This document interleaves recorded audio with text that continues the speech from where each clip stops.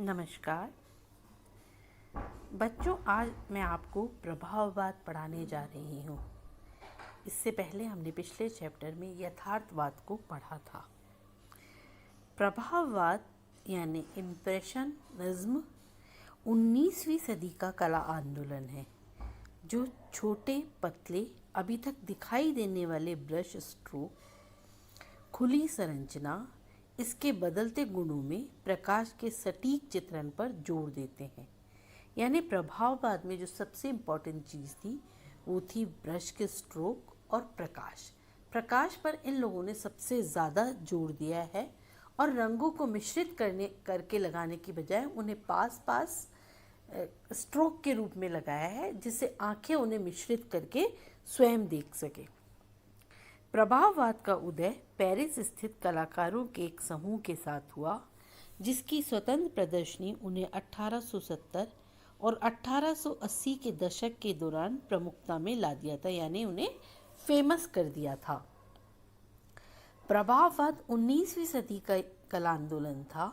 Paris स्थित कलाकारों के मुख्य संगठन के रूप में प्रारंभ हुआ, जिसकी स्वतंत्र प्रदर्शनी ने कला दर्शकों में उन्हें प्रतिष्ठा दिलाई। ऐसे कई कलाकार हुए थे, जैसे मोने, माने, सिस्ले, देगा। तो इन लोगों ने, इनकी चित्र प्रदर्शनियों ने इन्हें एक मंच प्रदान किया। प्रभाववाद इस शब्द का प्रयोग भी इन्हीं चित्रकारों ने सर्वप्रथम किया था। इन कलाकारों में फ्रेडरिक वेजिल, पॉल सेजान, एडवर्ड माने, क्लाउड मॉनेट, कैमिल पिसारो, ऑगस्टे रेनॉय और अल्फ्रेड सिस्ले आदि थे। प्रभाववाद का फ्रांस में पारंपरिक कला समुदाय ने कठोर विरोध किया। जो मतलब पहले से चले आ रहे थे, जो समूह, कलाकार समूह, उन्होंने इस नए वाद का यानी नए आंदोलन का विरोध किया। इस आंदोलन का नाम क्लाउड मॉनेट की कृति इम्प्रेशन सनराइज से निकला, जिसने आलोचक लुई लेराय को ले शेरिवेरी में प्रकाशित एक समीक्षा में यह शब्द गढ़ा। मतलब उन्होंने इस प्रदर्शनी की समीक्षा करते हुए यह नाम सर्वप्रथम दिया और यही नाम इस इज्म का यानी इस वाद का पड़ गया। प्रभाववाद का मूल सिद्धांत चराचर सृष्टि की दृश्य घटनाएं, प्रसंग, सौंदर्य से ओतप्रोत है और कलाकृति के निर्माण के लिए किसी काल्पनिक या महत्वपूर्ण विषय होने की आवश्यकता नहीं है। कलात्मक सृजन मुख्य रूप से आत्मनिष्ठ है, वस्तुनिष्ठ नहीं। भावनाओं की जागृति प्रत्यक्ष रूप से कलाकार की मानसिक अवस्था से संबंधित रखती है, विषय से नहीं। प्रभाववादी चित्रण के लिए कलाकार प्रकृति से शहरी दृश्य एवं दैनिक जनजीवन के सामान्य घरेलू सामाजिक प्रसंगों को चुनते थे और इस विचार से कुछ विद्वान प्रभाववाद को यथार्थवाद का ही परिवर्तित रूप मानते हैं। नेचुरली ये उसके बाद आया था, मतलब ये यथार्थवाद के जस्ट बाद आया था, तो कुछ विद्वान इसको यथार्थवाद का ही परिवर्तित रूप मानते हैं। सुंदर यंग योजना में स्पष्ट तुली का संचालन प्रभाववाद की आधुनिक चित्रकला को देन है। प्रभाववाद के कारण आधुनिक कलाकारों में स्वतंत्र विचार से व्यक्तिगत अनुभूति के अनुसार चित्रण करने का साहस आ गया था। प्रभाववाद से ही कलाकारों को विचारों के आदान प्रदान का महत्व ज्ञात हुआ। प्रभाववाद का अध्ययन किए बिना आधुनिक कला की विशेषताओं को समझना असंभव है। प्रभाववादी चित्रकारों ने वैज्ञानिक अध्ययन करके परंपरागत अंकन पद्धतियों में क्रांतिकारी परिवर्तन किए और आधुनिक कला की अंकन पद्धतियों की नींव डाली एवं कलाकार के विषय के प्रति दृष्टिकोण को भी नए विचार प्रदान किए। ये हम पेंटिंग देख रहे हैं, ये प्रभाववाद की ही एक पेंटिंग है। प्रभाववाद के सिद्धांत। प्रभाववादी चित्रकार दृश्य के अंतर्गत वस्तु के यथार्थ रूप सादृश्य की ओर ध्यान नहीं देते थे। उनका लक्ष्य वस्तु संचय पर हुए वातावरण व प्रकाश के समूचे प्रभाव को चित्रित करना था। यानी जो वस्तु चित्रित करने जा रहे थे उन पे जो प्रकाश पड़ रहा है और उस प्रकाश में वो कैसी दिखाई देती है, उनका उद्देश्य मेन उसे चित्रित करना था। अर्थात समय एवं ऋतु परिवर्तन के साथ वही वस्तु संचय उनके लिए भिन्न चित्र विषय बन जाता है। बदलते हुए प्रकाश के साथ वही वृक्ष उनको हरा, पीला, लाल, जामुनी इस तरह बदलते हुए रूप में दिखाई देता है। वातावरण में प्रकाश से दृश्य पूर्ण रूप से व्याप्त है। अतः उनको अंकित करने के उद्देश्य से प्रभाववादी चित्रकारों को व्यापक दृष्टिकोण अपनाना पड़ता है। सीमित अर्थ में आधुनिक कला की वस्तु निरपेक्षता की ओर मार्गक्रमण में प्रभाववाद एक आरंभिक चरण था। कट्टर प्रभाववादी चित्रकार मोने कहते हैं, यदि वे जन्म से अंधे होते व उनको अचानक दृष्टि प्राप्त होती तो कितना अच्छा होता, जिससे वस्तुओं के बारे में जरा सा भी पूर्व ज्ञान नहीं होने के कारण वस्तु पर हुए प्रकाश के परिणाम को वे विशुद्ध रूप से चित्रित कर सकते थे। वस्तु के निजी रंग और आकार का ज्ञान नहीं होने के कारण वे केवल देखकर उस क्षण में हुए वस्तु के नेत्र पटलीय परिणाम को रंगों द्वारा पट पर उतारते, यानी प्रकाश को इम्पोर्टेंस दिए। मैंने पहले भी आपको स्टार्टिंग में बताया था कि प्रभाववादी चित्रकारों ने प्रकाश को बहुत इम्पोर्टेंस दिए।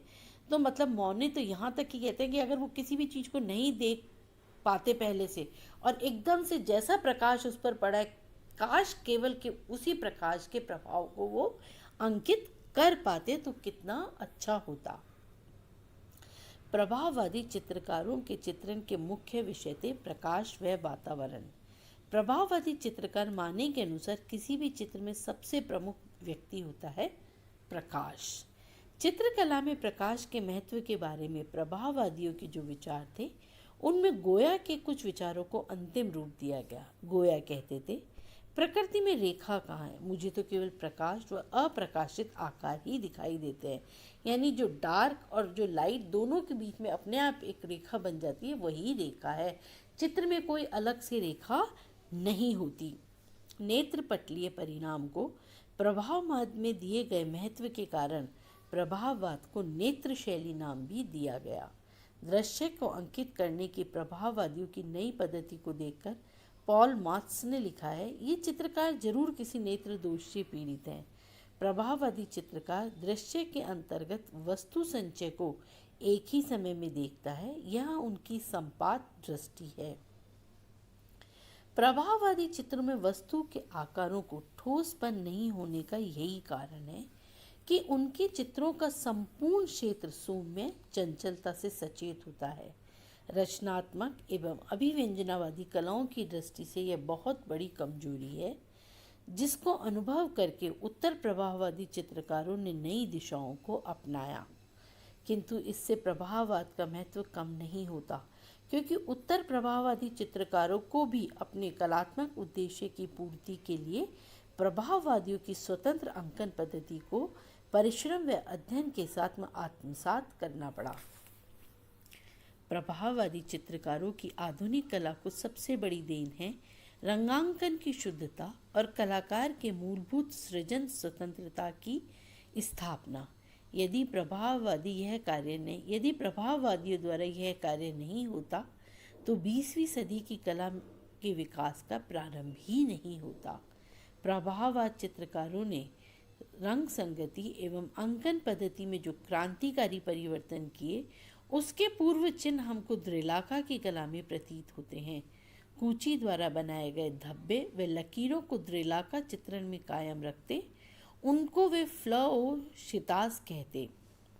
19वीं सदी में परंपरावादी चित्रकार प्रथम सुनियंत्रित बाह्य रेखाओं से आकारों को पट पर अंकित करते और उन आकारों में से एक से रंग की चिकनी परत देकर रंगांकन करते थे। बाह्य रेखा के महत्व को घटाकर हल्की गहरी छटाओं के समीपवर्ती क्षेत्रों के आकार को स्पष्ट करते थे। इस पद्धति को माने ने अपनाया। प्रभाववादी चित्रकार इसको छटाओं द्वारा अंकन भी कहते हैं। उन्होंने वैज्ञानिक अध्ययन से इसका पर्याप्त विकास भी किया। उन्होंने रेखा की आवश्यकता को समाप्त कर दिया, क्योंकि उन्होंने देखा कि रेखा केवल कल्पना की निर्मित है, उसका प्रत्यक्ष अस्तित्व नहीं है। प्रभाववादियों ने अपनी रंगांकन पद्धति में भी काफ़ी मौलिक परिवर्तन किए। वे प्रत्येक रंगीन क्षेत्र को भिन्न शुद्ध रंगों में अंकित करने लगे, जिससे उनको मूल व पूरक रंगों संबंधी वैज्ञानिक सिद्धांतों से काफ़ी मार्गदर्शन हुआ। विज्ञान के रंग विषयक नए आविष्कारों को पढ़कर उनको बहुत प्रसन्नता हुई। उनको ज्ञात हुआ लाल रंग के समीप हरे, नारंगी के समीप नीले और पीले के समीप जामुनी को अंकित करने से वह अधिक प्रकाशमान दिखाई देते हैं।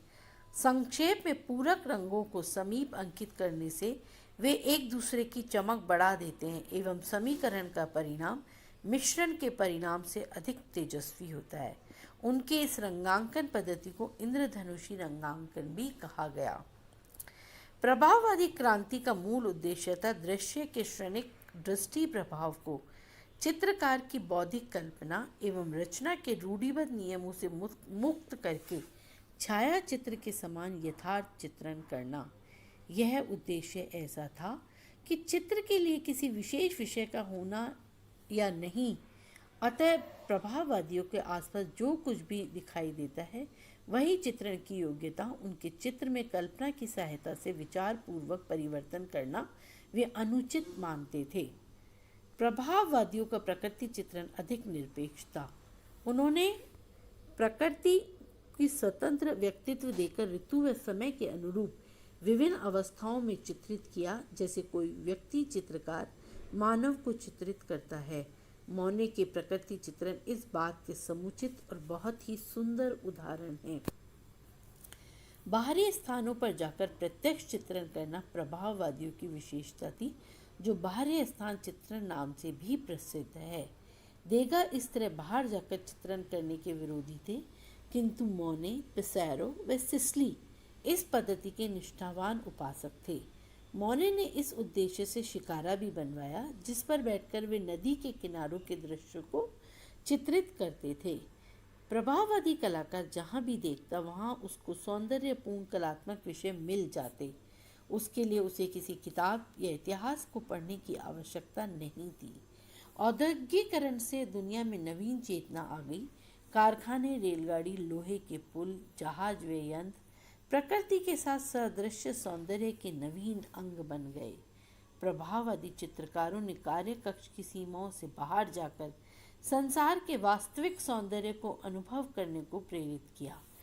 1876 में दुरांती ने लिखा था, अब हम मानव को उसके आसपास के वातावरण से भिन्न नहीं मानते। सन्यासी की तरह कार्य कक्ष में बंदी होकर स्वर्ग प्राप्ति हो सकती है, किंतु हम चाहते हैं चित्रकारी सीमित स्थान को छोड़कर मानवता के खुले वातावरण में आ जाए।